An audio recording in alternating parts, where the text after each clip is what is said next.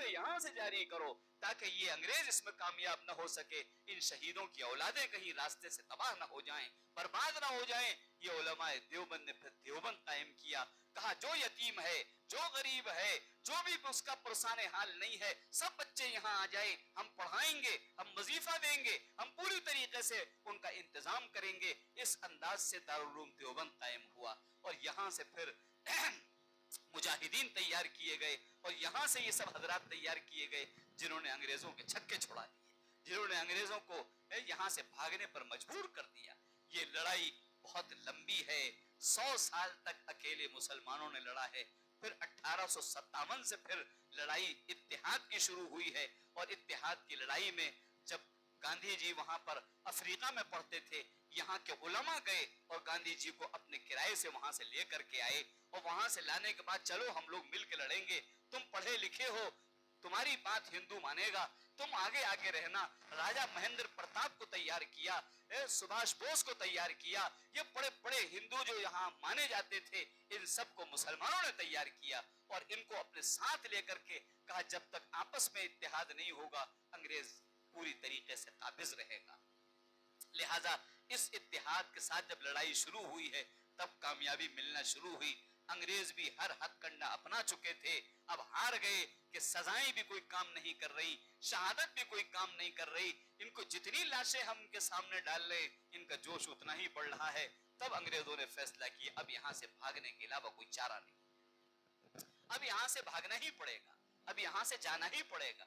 लिहाजा जाते जाते वो एक काम और करके गया, उन्होंने कहा ऐसे नहीं जाएंगे, यहाँ पर ऐसी चीज छोड़ के जाओ, ये इत्तेहाद हिंदू मुसलमानों का कायम हुआ है, ये तार तार कर दो, इसको फाड़ दो ताकि इत्तेहाद इनका बाकी ना रहे।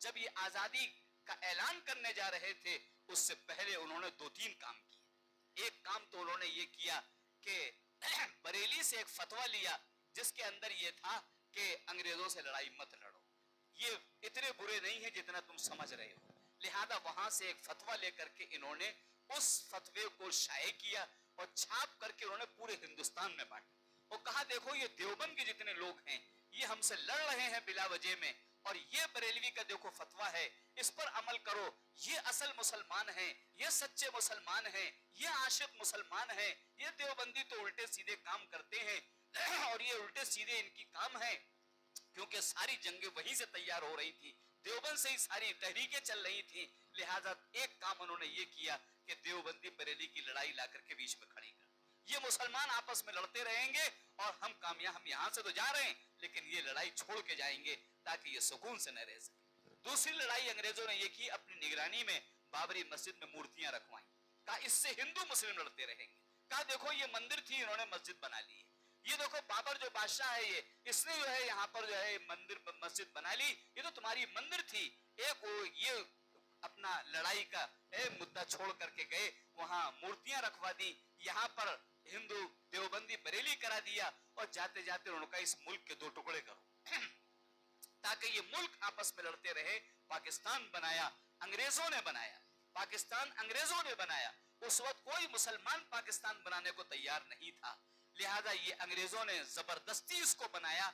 जिस वक्त ये कानून पास होने जा रहा था मुसलमान वॉकआउट कर गए, मौलाना अबुल कलाम आजाद वहां से चले गए, ये जितने उलमा थे सबने वहां से वॉकआउट कर दिया, हमें पाकिस्तान नहीं चाहिए, हमने इस मुल्क को आजाद किया है, यही रहेंगे और इसी को आबाद करेंगे, इसी को बड़ा करेंगे। लेकिन जबरदस्ती डॉक्टर जाकिर हुसैन साहब उस वक्त सबसे छोटी उम्र के थे, इनकी जबरदस्ती दस्तखत कराई गई और बाकी सारे हिंदुओं की उसमें दस्तखतें हैं और मुसलमानों की दस्तखतें उसमें नहीं है।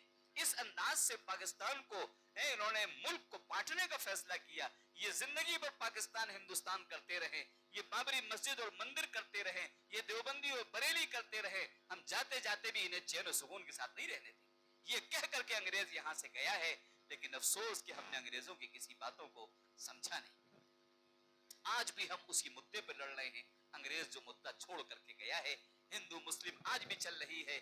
इस इत्तेहाद से मुल्क आजाद हुआ था और उसी इत्तेहाद को आज फिर पारा पारा किया जा रहा है ताकि मुल्क बट जाए, ताकि मुल्क जो है जो आजादी खत्म हो जाए। हिंदुस्तान पाकिस्तान किया जा रहा है, हिंदू मुस्लिम किया जा रहा है, देवबंदी बरेली किया जा रहा है, ये सारे शोषे छोड़े हुए अंग्रेजों के हैं।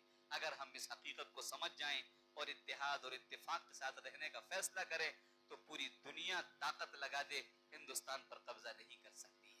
اور اگر یہ لڑائیاں باقی رہی تو دور نہیں ہے کہ ہندوستان پھر ٹکڑے ہو جائے, اسی انداز سے فساد و ظلم برپا ہو جائے. یہ چیزیں ہمیں سامنے نظر آ رہی ہیں.